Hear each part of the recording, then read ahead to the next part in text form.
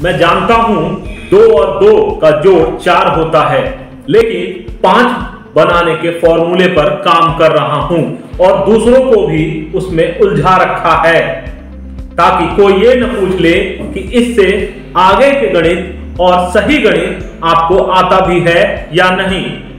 आप सोच रहे होंगे ये मैं किस संदर्भ की बात कर रहा हूं।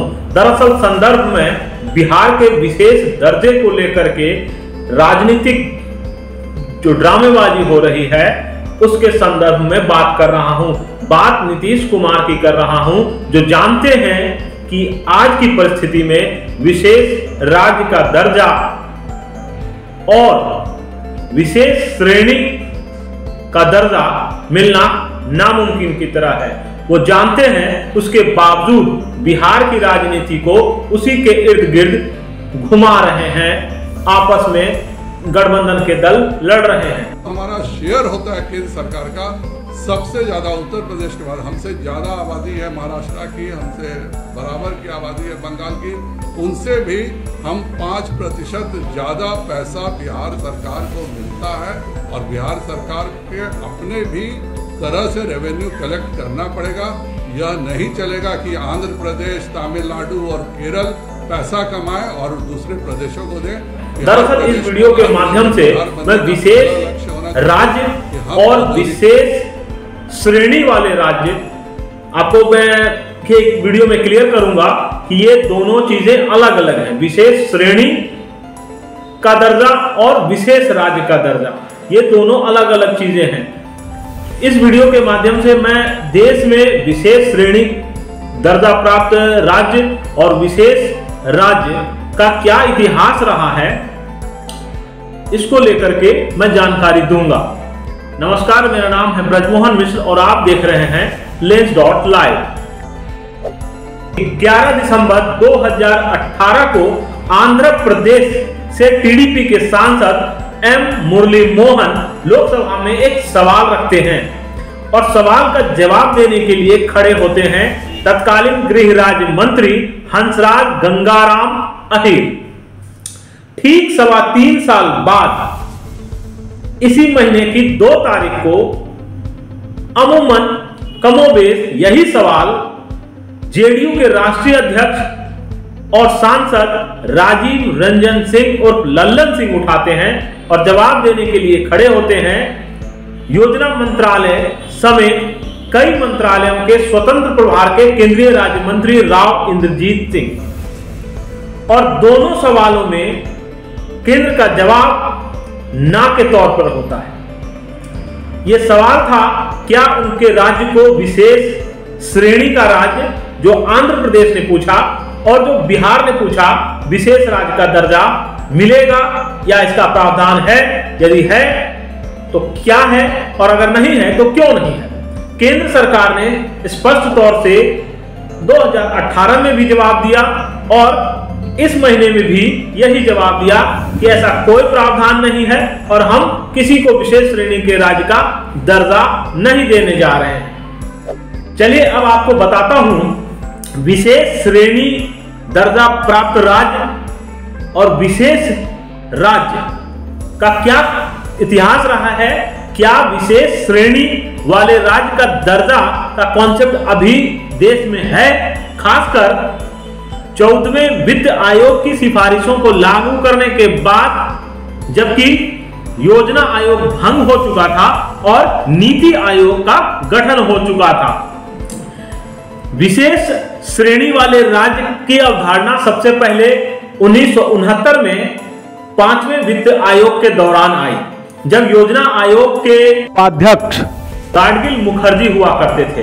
दरअसल वित्त आयोग के अंदर ये मंथन चल रहा था कि जो राज्य भौगोलिक दृष्टिकोण से दुर्गम है, आर्थिक रूप से कमजोर है या सामरिक दृष्टिकोण से जो दूसरे देश की सीमाओं से लगते हैं, जहां जनसंख्या का घनत्व बहुत कम है, कहने का मतलब विकास के जो पैमाने हैं जिनको अचीव करने के लिए उन राज्यों के पास संसाधनों का अभाव है, तो केंद्र द्वारा जो राशि आवंटित किए जाने का एक फॉर्मूला आप समझ सकते हैं कि ये एक केंद्र द्वारा राशि को किस राज्य को कैसे देना है, उसका एक फॉर्मूला था। उस फॉर्मूले का नाम गाडगिल मुखर्जी के नाम पे ही रखा गया।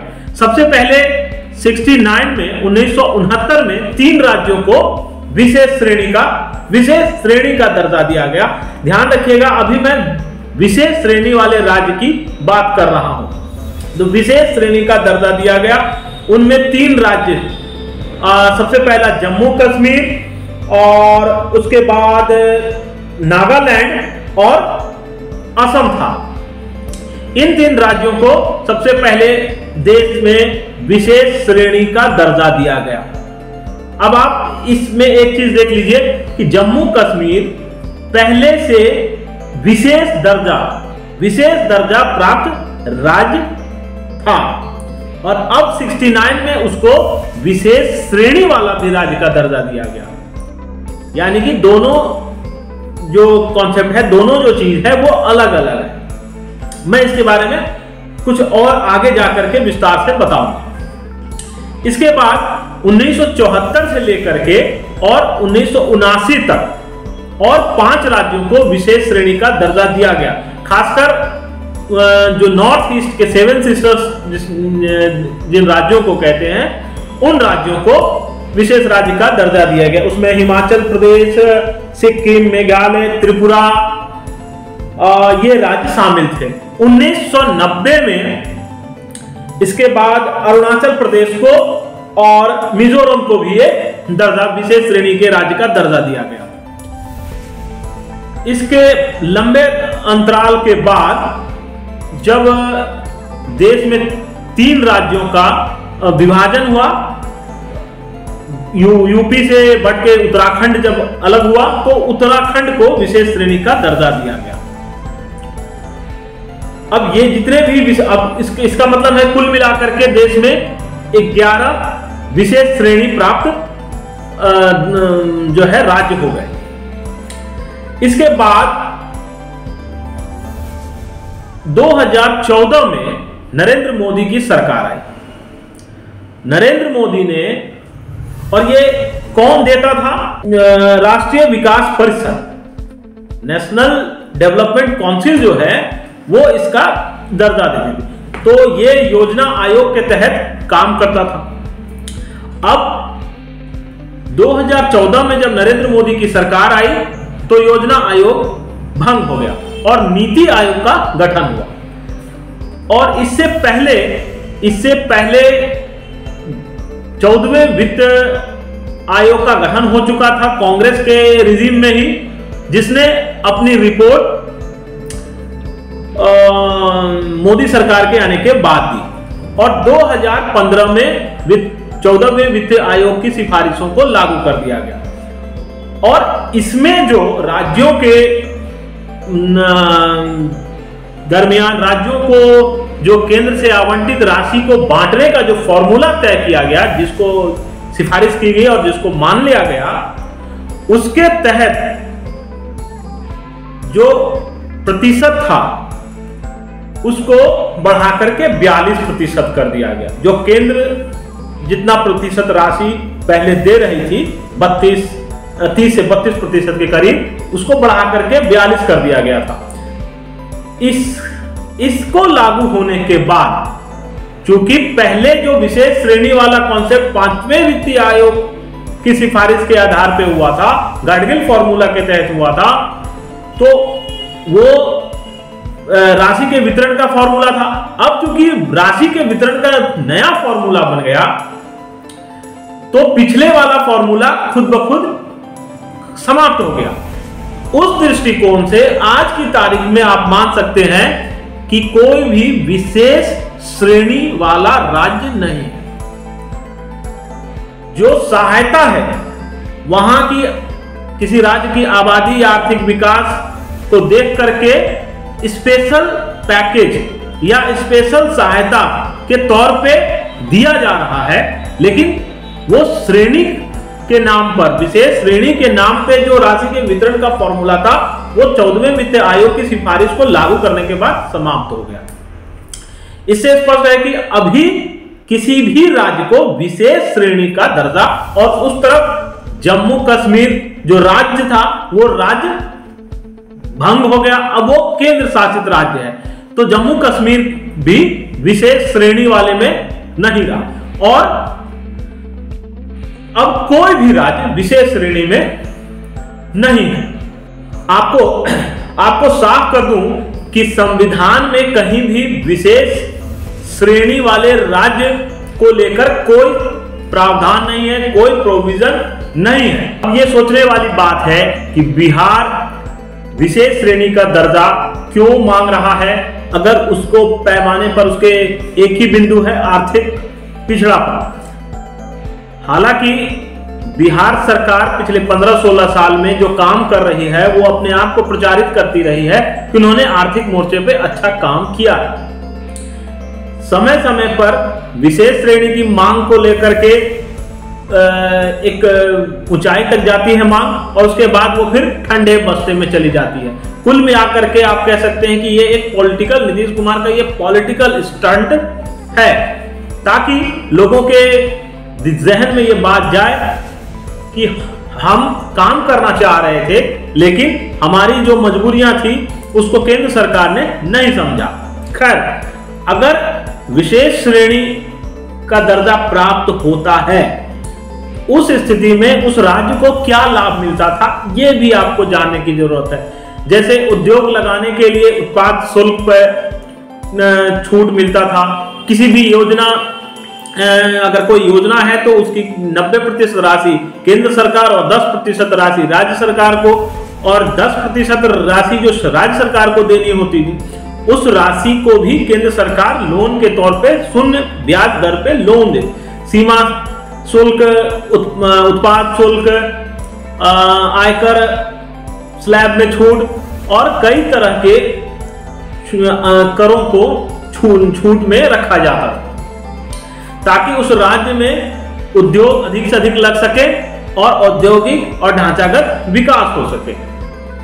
आइए अब आपको बताता हूं विशेष श्रेणी का दर्जा और विशेष दर्जा में क्या अंतर है। विशेष श्रेणी को लेकर के संविधान में कोई प्रावधान नहीं है, जैसा कि मैं पहले बता चुका हूं, और विशेष दर्जा एक संवैधानिक प्रावधान के तहत होता है। यदि किसी राज्य को विशेष दर्जा देना हो तो उसके लिए सदन के 2/3 बहुमत से उसको पारित करवाना पड़ेगा, जबकि विशेष श्रेणी का दर्जा देना राष्ट्रीय विकास परिषद का एक प्रशासनिक निर्णय होता है। तो अब आप समझ सकते हैं कि विशेष राज्य का दर्जा के उदाहरण के तौर पर मैं आपको बताता हूं, जैसे संविधान में जो प्रावधान किए गए थे, धारा 370, कुछ प्रावधान अनुच्छेद 367 के तहत उसमें किए गए थे संविधान में, जैसे 371, 371 आई, 371 एस, 371 जे, जिसके तहत करीब 10 राज्यों को रखा गया था। उसमें गुजरात भी, उसमें गोवा, उड़ीसा और कुछ और राज्य उसमें शामिल थे। हालांकि उसमें कोई प्रावधान नहीं किया गया था, इसलिए उन राज्यों को कोई विशेष लाभ नहीं मिल रहा था। केवल आप समझ सकते हैं कि विशेष राज्य के तौर पर 370 के तहत केवल जम्मू कश्मीर इस देश में सुविधा ले रहा था विशेष राज्य का। फिलहाल बिहार के अलावा गोवा, आंध्र प्रदेश, राजस्थान, उड़ीसा, झारखंड, ये सब राज्य भी विशेष श्रेणी का दर्जा दिए जाने की मांग काफी समय से, काफी सालों से कर रहे हैं। लेकिन अब मैं बताना चाहता हूं कि बिहार जिस तरह से विशेष श्रेणी के दर्जे को लेकर के एक राजनीतिक अखाड़ा बनाया हुआ है, जबकि नीतीश कुमार ये जानते हैं कि ये संभव नहीं है। यदि आप किसी एक राज्य को, केंद्र सरकार यदि किसी एक राज्य को विशेष श्रेणी के दर्जा में अब डालती है 14वीं वित्त आयोग की सिफारिशों को लागू करने के बाद, तो दूसरे राज्य जो भी पहले से डिमांड कर रहे हैं और उन्होंने अपने अपने विधान सभाओं में अपने राज्य में उसको लेकर के प्रस्ताव भी पारित किया हुआ है। ऐसी स्थिति में क्या यह संभव है कि देश के कई राज्यों को विशेष श्रेणी का दर्जा दे दिया जाए? अब अगर मैं बात करूं कि बिहार जिस बिंदु को लेकर के, आर्थिक पिछड़ेपन के बिंदु को लेकर के ये बात कह रहा है, क्या ये बिहार के संसाधनों के कारण से है या यहाँ के राजनीतिक इच्छा शक्ति की कमी के कारण है?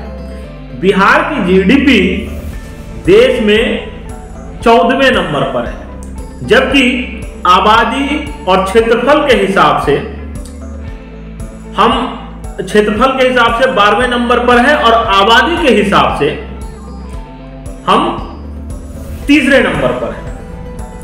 और आपको ये जानकर हैरानी भी होगी कि हम किसी और चीज में बढ़ने में आगे रहे न रहे, जनसंख्या वृद्धि दर में बिहार सबसे टॉप पर है। जो अनुमानित जनसंख्या वृद्धि दर है वो करीब 18% है। हमसे आबादी में, क्षेत्रफल में कई छोटे राज्य हैं, जैसे केरल, हरियाणा, तेलंगाना जो नया राज्य है, वो जीडीपी के मामले में, तरक्की के मामले में जो स्टेट जीडीपी है हमसे, बिहार से आगे है। ऐसी स्थिति में, यानी कि वो ज्यादा कमाई कर रहे हैं, ऐसी स्थिति में जो पिछले दिनों भाजपा के सांसद ने कहा कि केरल, तमिलनाडु या आंध्र प्रदेश जैसे राज्य कमाएंगे और वो बिहार को देंगे अगर विशेष श्रेणी का दर्जा मिलता है, तो जो केंद्र से अधिक राशि बिहार को मिलेगी वो तो निश्चित तौर पर किसी न किसी राज्य से जो कमाई होगी उसी के आधार पर बंटवारा होता है। तो ऐसी स्थिति में क्या केंद्र सरकार कभी विशेष श्रेणी का दर्जा दे सकती है, जबकि राशि वितरण का नया फॉर्मूला लागू हो चुका है 15 से ही? तो अब यह समझने की बात है कि बिहार सरकार अनावश्यक इस मुद्दे को केवल जानबूझ करके मुद्दा बना के रखना चाहती है कि लोग उसी चीजों में उलझे रहे, तकनीकी बात उनसे छिपी रहे और आप अपनी कमियों को, अपनी खामियों को, जबकि देखिए विशेष श्रेणी का दर्जा नहीं मिलने के बावजूद बिहार को उसके जीडीपी और दूसरे पैमानों के बावजूद केवल बड़ी आबादी के आधार पर जो हिस्सा मिल रहा है केंद्रांश का, केंद्र से आवंटित राशि का, वो अन्य राज्यों के मुकाबले ज्यादा है।